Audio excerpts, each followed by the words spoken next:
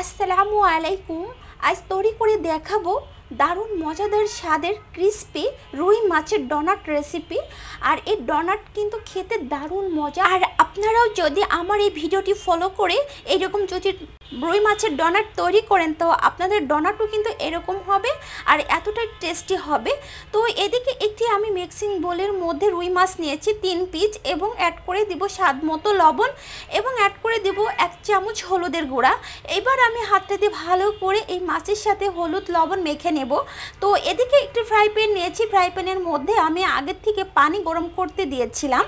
এইবার এই গরম পানির মধ্যে মাছগুলা দিয়ে একটু নেড়ে চেড়ে ঢাকনাটা দিয়ে ঢেকে রাখবো 10 থেকে 12 মিনিটের জন্য। তারপরে মাছটা যখন 10-12 মিনিট পরে সিদ্ধ হয়ে যাবে তখন আমি মাছটা তুলে নেব। আর আপনারা কিন্তু এখানে মাছটা ভেজেও নিতে পারেন। তো আমি মাছটা ভেজে নিই নাই, আমি এখানে মাছটা সিদ্ধ করে নিয়েছি। তো 10-12 মিনিট পর ফিরে এসে আপনাদের দেখাচ্ছি। দেখেন অলমোস্ট কিন্তু এই মাছটা সিদ্ধ হয়ে গেছে। এইবার আমি এই পানির থেকে তুলে নিব। তো আমার ভিডিওটি ভালো লাগলে অবশ্যই সবার সাথে শেয়ার করবেন এবং আমার চ্যানেলটাকে সাবস্ক্রাইব করে আমার পাশেই থাকবেন। এইবার আমি মাছ থেকে কাঁটাগুলো বেছে নিব। আর এই মাছের কাঁটা ভালোভাবে কিন্তু বেছে নিতে হবে, কোনো প্রকার যেন কাঁটা না থাকে সেদিকে খেয়াল রাখতে হবে। তো আমি সুন্দরভাবে মাছগুলা বেছে নিচ্ছি।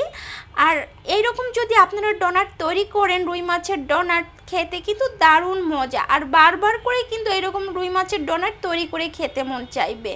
আর এইভাবে মাছগুলা কিন্তু আমার বেছে নেওয়া হয়ে গেছে। তো এর মধ্যে অ্যাড করে দিব 1 কাপ বেসন এবং অ্যাড করে দিব হাফ কাপ আমি পেঁয়াজ পেস্ট দিব এবং হাফ কাপ রসুন পেস্টও আমি অ্যাড করে নিচ্ছি এবং আদা পেস্ট দিব 1 চামচ এবং কাঁচামরিচ পেস্ট দিব 1 চামচ, ধনিয়া পাতা কুচি দেব 1 কাপ এবং স্বাদ মতো লবণও অ্যাড করে নিচ্ছি। এখানে অ্যাড করে দিব ধনিয়ার গুঁড়া 1 চামচ এবং এখানে অ্যাড করে দেব চাট মশলা, এটা আমি বাসায় নিজেই তৈরি করে নিয়েছি এবং অ্যাড করে দিব জিরার গুঁড়া 1 চামচ, হলুদের গুঁড়া দেব সামান্য এবং অ্যাড করে দিচ্ছি লাল মরিচের গুঁড়া স্পাইসির জন্য আমি 1 চামচ অ্যাড করে দিয়েছি এবং সয়া সস দেব 1 চামচ এবং অ্যাড করে দেব ফিশ সস। সয়া সস এবং ফিশ সস দেওয়ার কারণেই কিন্তু এই ডোনাটের স্বাদ দ্বিগুণ বেড়ে যাবে আর খেতেও কিন্তু ভালো লাগবে।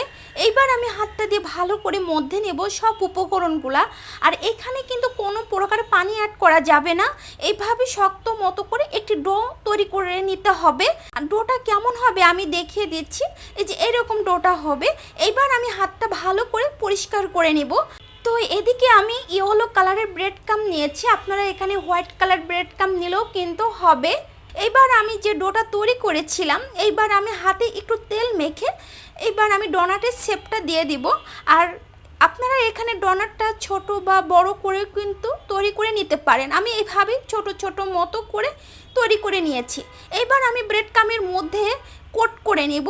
তো দেখলেন তো কত সহজে এইরকম ফিশ ডোনাট তৈরি করা যায় আর খেতেও কিন্তু দারুণ মজা আর তৈরিও কিন্তু একদমই সহজ। তো আমি এইভাবে ফিশ ডোনাট সব তৈরি করে নিয়ে এসেছি, দেখেন কতটা লোভনীয় লাগছে। এবার আমি এদিকে একটি ফ্রাই প্যান নিয়েছি, ফ্রাই প্যানের মধ্যে পর্যাপ্ত পরিমাণে তেল অ্যাড করে নিয়েছি। আর তেলটা যখন মিডিয়াম গরম হবে ঠিক এই পর্যায়ে আমি এই ডোনাটগুলো দিয়ে এবার উল্টিয়ে পাল্টিয়ে ভেজে নেব। তবে ডোনাটটা কিন্তু 3 থেকে 4 মিনিট পরে আমি এভাবে উল্টিয়ে পাল্টিয়ে নিয়েছি। এবার আমি ডোনাটগুলো সব তেল থেকে তুলে নেব একটি স্ট্যানারের সাহায্যে। তো দেখেন কতটা লোভনীয় হয়েছে আর কতটা ক্রিস্পি, আপনারা দেখেই বুঝতে পারছেন। এইবার আমি একটু সাজুগুজু করে নিয়ে আপনাদের দেখাচ্ছি, দেখেন কতটা লোভনীয় হয়েছে। তো আমার ভিডিওটি ভালো লাগলে অবশ্যই সবার সাথে শেয়ার করবেন এবং আমার চ্যানেলটাকে সাবস্ক্রাইব করে আমার পাশেই থাকবেন। আর একটি ডোনাট আপনাদের আমি ভেঙে দেখাচ্ছি, দেখেন ভিতরটা কতটা সফট আর উপরটা কতটা ক্রিস্পি। আর এইভাবে যদি আপনারা বাসায় তৈরি করেন তাহলে ছোট থেকে বড়রা কিন্তু খুবই পছন্দ করবে। আর প্রতিটা বাসায় কিন্তু এরকম মাছ থাকে আর আপনারা খুব সহজে মাছের এরকম ডোনাট তৈরি করে ফেলতে পারবেন খুব সহজভাবে। আর এই ডোনাট কিন্তু খেতেও দারুণ আর বানানোও কিন্তু একদমই সহজ। আর আমি একটু আপনাদের দেখাচ্ছি, দেখেন ভেঙে কতটা লোভনীয় হয়েছে। আর একটু যদি আপনারা সসের সাথে পরিবেশন করেন তাহলে তো দারুণ লাগবে খেতে। তো আজ আজ এ পর্যন্তই, আবারও কোনো নতুন নতুন ভিডিও নিয়ে আমি আপনাদের মাঝে হাজির হব। সে পর্যন্ত সবার জন্য দোয়া রইল, আর আমার চ্যানেলটাকে সাবস্ক্রাইব করে আমার পাশেই থাকবেন। আর আজকের ফিশ ডোনাট কেমন হলো অবশ্যই আমাকে কমেন্ট বক্সে জানিয়ে দেবেন।